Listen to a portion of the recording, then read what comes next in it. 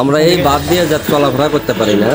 বৃষ্টি বাদল হলে আমরা এই বাঁধ থেকে বঞ্চিত থেকে যাতায়াত থেকে বন্ধ হয়ে যায়। আমাদের রাস্তাটা খুব জরুরি ভিত্তিতে আমাদের একটু পাকাকরণের কাজ হইলে আমরা খুব সুবিধা হবে।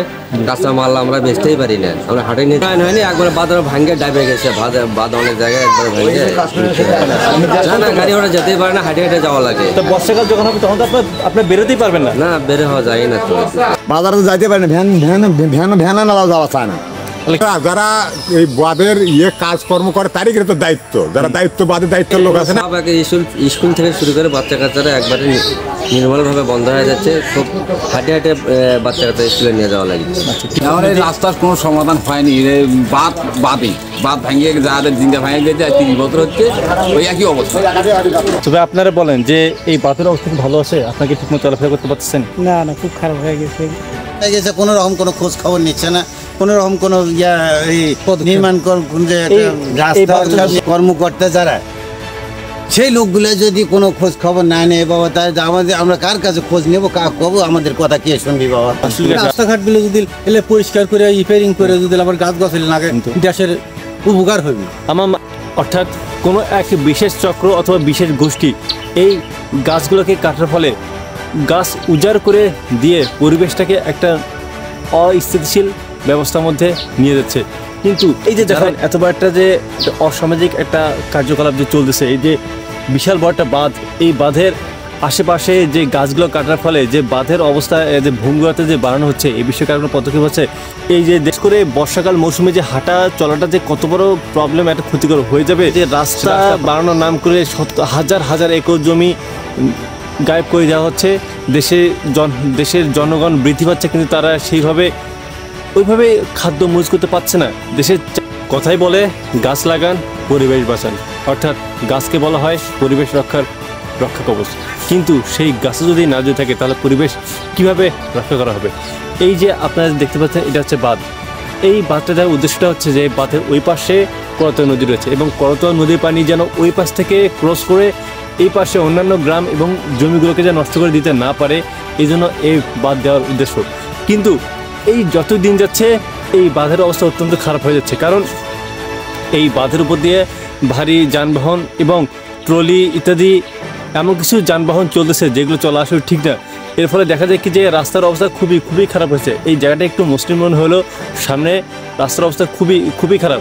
তারপরও আরেকটা প্রবলেমটা হচ্ছে যে একটা বাঁধ তখনই শক্তিশালী হবে যখন সে বাঁধের আশেপাশে বড় কোনো গাছ থাকবে। এই যে বাঁধটা দেখতে পাচ্ছেন, এই বাঁধগুলো কিন্তু বেশিরভাগ জায়গা কিন্তু শুধু ফাঁকা। এইভাবে একটা সময় কিন্তু এই ফাঁকা জায়গাগুলোতে গাছ ছিল, কিন্তু অর্থাৎ কোনো এক বিশেষ চক্র অথবা বিশেষ গোষ্ঠী এই গাছগুলোকে কাটার ফলে গাছ উজাড় করে দিয়ে পরিবেশটাকে একটা অস্থিতিশীল ব্যবস্থার মধ্যে নিয়ে যাচ্ছে।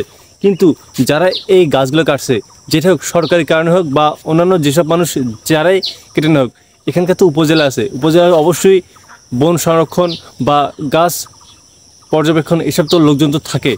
তাদের তো উচিত ছিল যে এই জায়গাগুলোকে পর্যবেক্ষণ করা এবং বাঁধগুলো যাতে নষ্ট না হয় সেদিকে যথাযথ পদক্ষেপ গ্রহণ করা। কিন্তু বর্তমানে এমন একটা পরিস্থিতি আমরা বসবাস করছি যেখানে জবাবদিহিতে বলতে কোনো কিছু নেই এবং এখানে প্রত্যেকটা মুহূর্ত যে দুর্নীতি, চাঁদাবাজি, যে ঘুষ চলতেছে, এগুলো বিষয়ে কারো কোনো পদক্ষেপ নেওয়ার কোনো হুঁশ নেই।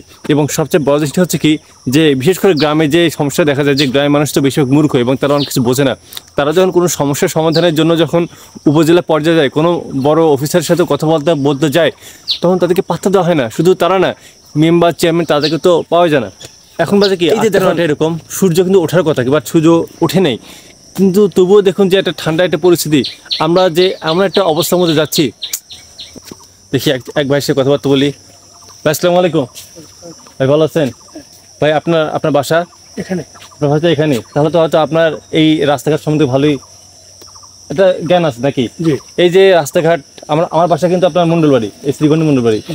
সো আচ্ছা দেখুন যে এই যে রাস্তার যে অবস্থা, একটু পরপর যে ভাঙ্গা, তারপর এই যে দেখুন বৃষ্টিপাত একটু না হতেই যে পানি জমে গেছে, তারপর তো আপনারা তো বুঝতে পারছেন যে রাস্তার কতটা অবস্থা খারাপ। খুবই ক্ষতি। আপনারা কি ঠিকমতো চলাচল করতে পারেন? না, খুব সমস্যা। আপনাদের তো মনে করেন এখানে তো কোনো হাই রোড নেই, আপনাদেরকে এই রাস্তা দিয়ে তো আপনাদের মনে করেন বাজার করে যেতে হয়। আপনারা কি সঠিকভাবে চলাফেরা করতে পারেন? না, খুব সমস্যা। খুব একটা খারাপ অবস্থার মধ্যে যাচ্ছে নাকি?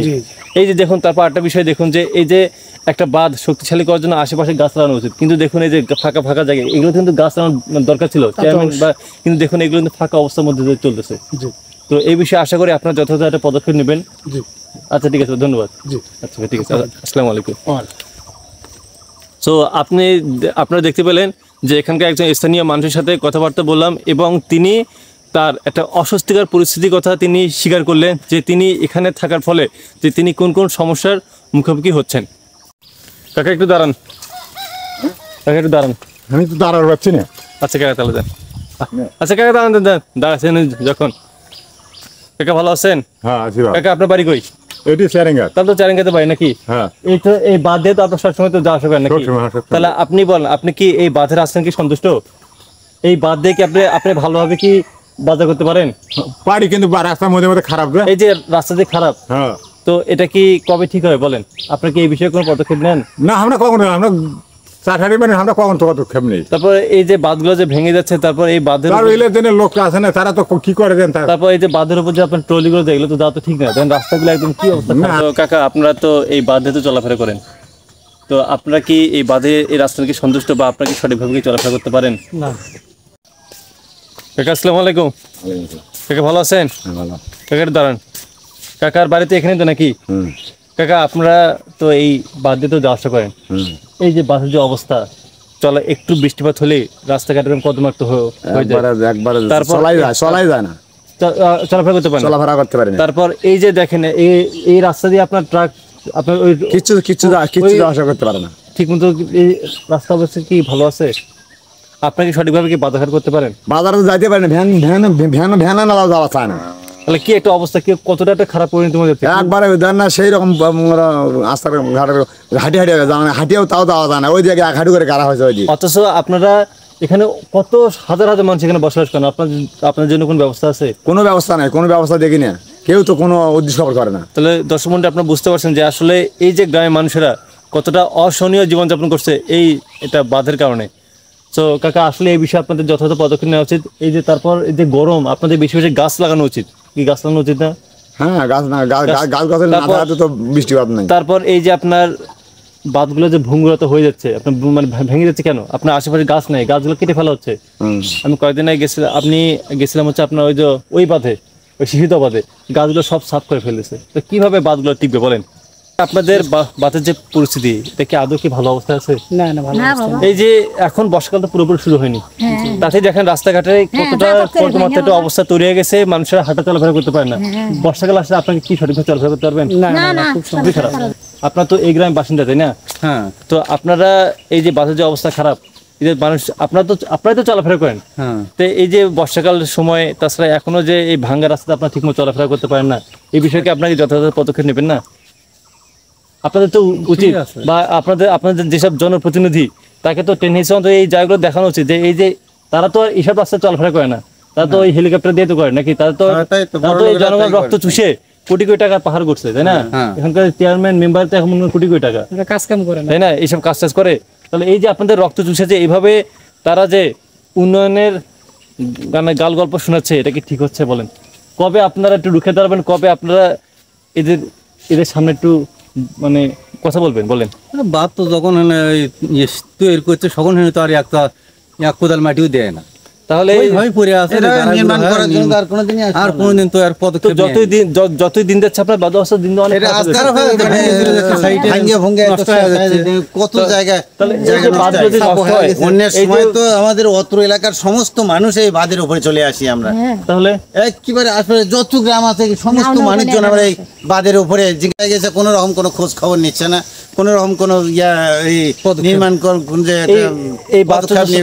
বিশাল বড়। তাহলে এই বাচ্চাদের যতই দিন যাচ্ছে ক্ষয়ে যাচ্ছে, মানুষের অবস্থাতে দুর্বিষহ হচ্ছে, কারা দাঁড়াবে রুখে দাঁড়াবেন?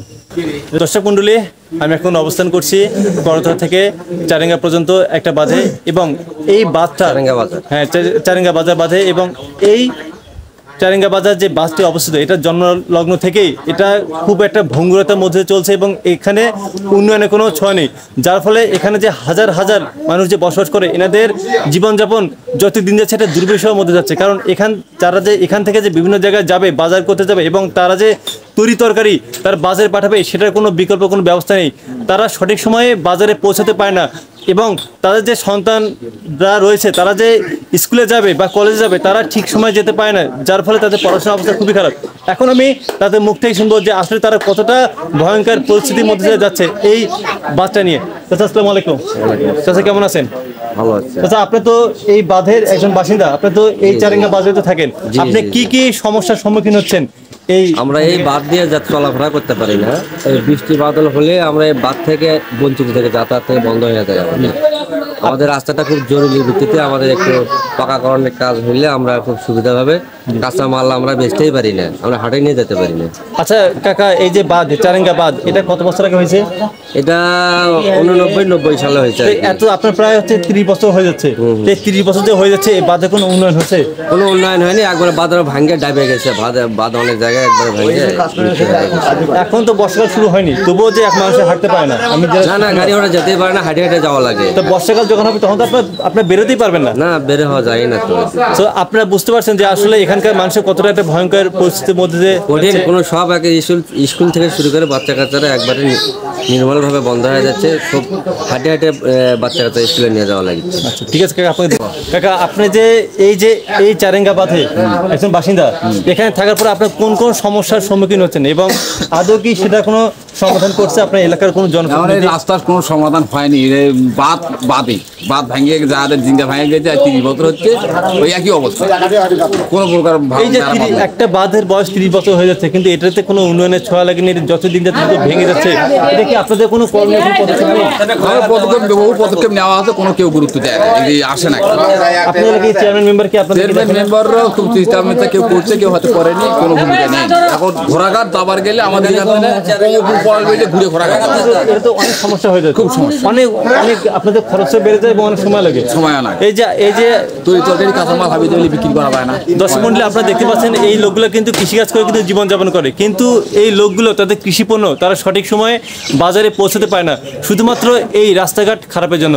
আমরা দেখতেছি যে এই দেশে মেট্রো রেল হয়ে যাচ্ছে, 4 লেনে অনেক বড় বড় রাস্তা যাচ্ছে, কিন্তু এই যে দেশের সাধারণ জনগণ যারা এই দেশের অর্থনীতিকে সচল লাগছে, তাদের চলাফেরার কোনো রাস্তাঘাট আজ পর্যন্ত ঠিক হয়নি, নাকি চাচা? হ্যাঁ। তাহলে আপনারা তো অবশ্যই চান যে এই রাস্তাটা যেন খুব তাড়াতাড়ি ভালো হয়। তো অবশ্যই আপনাদের প্রতি আকুল অনুরোধ, যারা এইসব রাস্তাঘাট এবং যারা জনপ্রতিনিধি আছেন তারা অবশ্যই এই সাধারণ জনগণের কথা ভেবে আপনারা আপনাদের এই এলাকার রাস্তাঘাটের ব্যবস্থা করে এলাকার সাধারণ মানুষের জনজীবনটাকে আরও সুন্দরভাবে এগোতে সাহায্য করবেন। ঠিক আছে দাদা, আপনাদের সবাইকে ধন্যবাদ। আপনারা ভালো থাকেন, সুস্থ থাকেন, আপনার সাথে দেখা হবে ইনশাল্লাহ। ঠিক আছে, ভালো থাকেন। আসসালামু আলাইকুম।